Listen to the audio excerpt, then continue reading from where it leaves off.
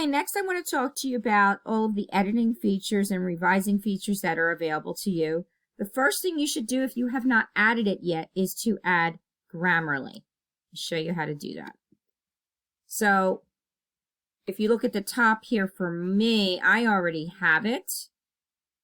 It's this thing that says beta at the top. So I turn it on. But if you want to get Grammarly, you should go to the Chrome store.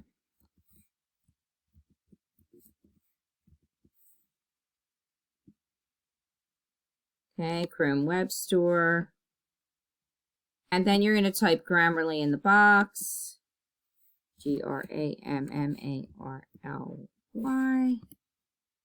And you'll see the extension come up. You want to add this. See it, and you can see that I've already added it. So mine appears at the top. Now, it's going to ask you a few questions when you first sign up. You don't have to answer all of them. You can skip through some of it. But the important thing is once you have it added, you then should pin it. So to pin it, there's a little puzzle piece here. And you can see all the things that I have pinned. Let me go back and show you that. Okay, so I have Grammarly for Chrome. I have my Cami. I have my Screencast-O-Matic. So, and then you'll even see I have something called Read It. If you were to look closer. Read aloud, a text-to-speech. You're also going to add that, and it reads to you. So, all right. Once you have Grammarly, you need to make sure you turn it on. Usually appears at the bottom. It tells you how many errors you have in your paper. Make sure I turn it on. This is disabling it. I don't want to disable it. So mine is on. I'm just going to say keep it working. So I should be able to see little red squigglies. There we go. Under anything I may have spelled wrong. So it's saying I need departments. So, but do look at what it's telling you to do. Just don't do it because sometimes it can be wrong. And then it also shows me that there's like premium errors that I can look at. So I don't have the premium, but you can kind of pop it out and look and see what it suggests. But that's Grammarly. The next thing I've added to my paper is Speak It. So this is Dragon 2. Background quote. College graduates are needed in the workforce. If students are not getting the degrees, employers will not have a good pool of qualified applicants for jobs needed in. So to get Read Aloud, again, I'm going to go to the Chrome store. Read Aloud. And you'll see that it comes up. And you should be able to, the same way you've added it like other things, you can add it. And then you can use it to read your paper because you need to read your paper. If you have really long papers, I would do it in chunks at a time. Read a paragraph at a time. Make sure it sounds correct. Have somebody else read your paper. Try reading your paper backwards. I know that sounds crazy, but it does work. Really slowly read your paper. That's a great way to make sure that everything is edited correctly. You don't want to lose points on mechanics. That could easily have been avoided. Okay, something I talked about before is called the Hemingway app. This is really good, but again, you have to copy and paste from your paper and then go back and forth and fix it in your paper. But you simply, it tells you right here what it does, what the red highlights mean, and it tells you your readability level. Now, I know I'm the audience, but you really, having a 6th grade readability level is actually really good. That means it's easy to read. You don't want to be hard on your audience. Yes, I'm your audience, but also I would like your peers to read your paper. This is something, it should make sense. It should be clear what your problem is, what the solutions are. Anybody should be able to read it. So this will tell you about passive voice. We've talked about that in class. Now, if your quotes are passive voice, it's fine, but your paper should have quite a bit of active voice. And this will help you edit. I would really just work on the hardest to read sentences. Don't worry about everything else, and maybe eliminating passive voice. Okay, the other thing that you were supposed to have done last night was put your paper on Turnitin.com. So I'm simply going to show you what happens when I put my paper on and how I use the Feedback Studio. So I'm logging in. And I see it different. I'm in the teacher view, so I'm not in the student view. But your classes should come right up. You'll see my honors English class. So I'm just simply going to click on my class. You will see the assignments that are due. This is junior research paper. And one of the things you might always be wondering about is the similarity. So you don't really want to go as high as 50. If you keep it under 40, it's best. 45 might be a little bit high as I'm looking at this student, because you want the ideas in your paper to be about 60%. You were asked to use a lot of research for this paper, so I would imagine 40% is fine.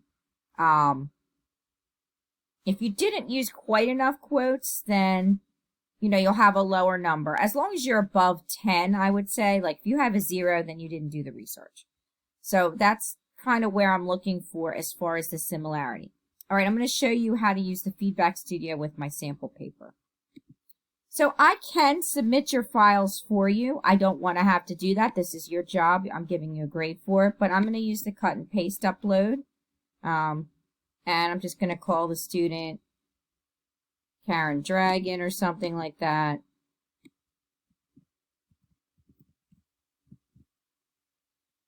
And I have to give it a title. I'm just going to call it JRP. So I have copied and pasted my paper. I just did Control A to highlight everything, and now I'm going to do Control V. There's my whole paper. And at the bottom, I'm going to hit upload. Hopefully you already did this. I have instructions anyway. It uploads, waiting for the confirm. And you'll see mine at the top. It's taking its time to get the similarity up. Finally, my paper loads. It's at 39%, which is again under the 40. So I guess I was doing a good job.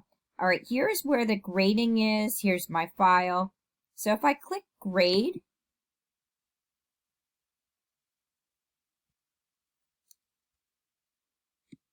this whole thing called Feedback Studio comes up. And there's something here that says ETS. So if I click that, it is going to load this E-Rater. And the E-Rater is going to show me, and it also explains mistakes I've made in my paper. So it actually will tell me what's wrong and kind of how to fix it. So if I look here, I have a fragment. It says I have 2 possession issues. And it explains what to do, and it tells you this says passive.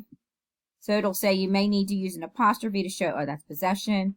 So I can click on it, and it tells me exactly what I did wrong. It says you may have used. So may means you really have to look at the sentence to make sure, because sometimes what comes up in Hemingway app may be a little different, because this is just making suggestions because it's not sure of your context. So I'll just show you that again. So you're going to click on this. You go to the ETS, and it shows you all the things that are wrong. And again, these are things you're going to fix. I had said not to submit your paper to everything yet. All right, so I'm missing some quote marks. So it's going to tell me a lot. All right, I'll then go back to my paper. I could even do a split screen. Keep this open, look at the E-Rater, and then have your paper open in another window and start fixing things. Again, just make sure that they are things that actually need to be fixed. The reading aloud really helps.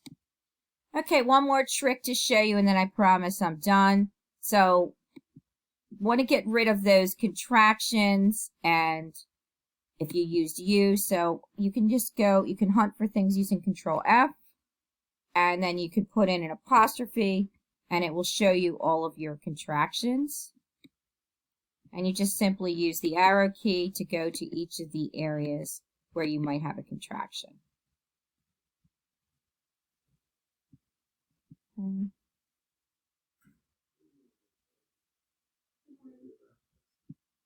The other thing I do with Control F is I have to make sure I have cited everything appropriately in my paper and that it matches the in-text citation. So I'm just going to click on Lee and put Lee in the Finder. And then I have to look and make sure, yep, I used Lee correctly in my paper, because each of your works cited entries should match. So you can do this with every single one if you want. If you feel like you're not good at citing and you don't want to lose points for citing, I would definitely check every single citation and make sure that it matches your paper. So Adams, once. That's not good. That means that I did not cite this correctly in my paper. All right, and it should be used in my paper. I obviously didn't use it. All right, Bean. Let me check that one.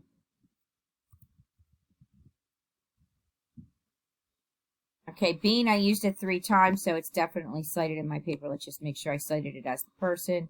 Yes, Bean mentions. So anyway, that's the last thing that you should be doing. And again, read through your paper one last time. Find those errors. Use all these different things to check it. This will be worth 2 primary grades. And we'll not start grading them until next week. Good luck.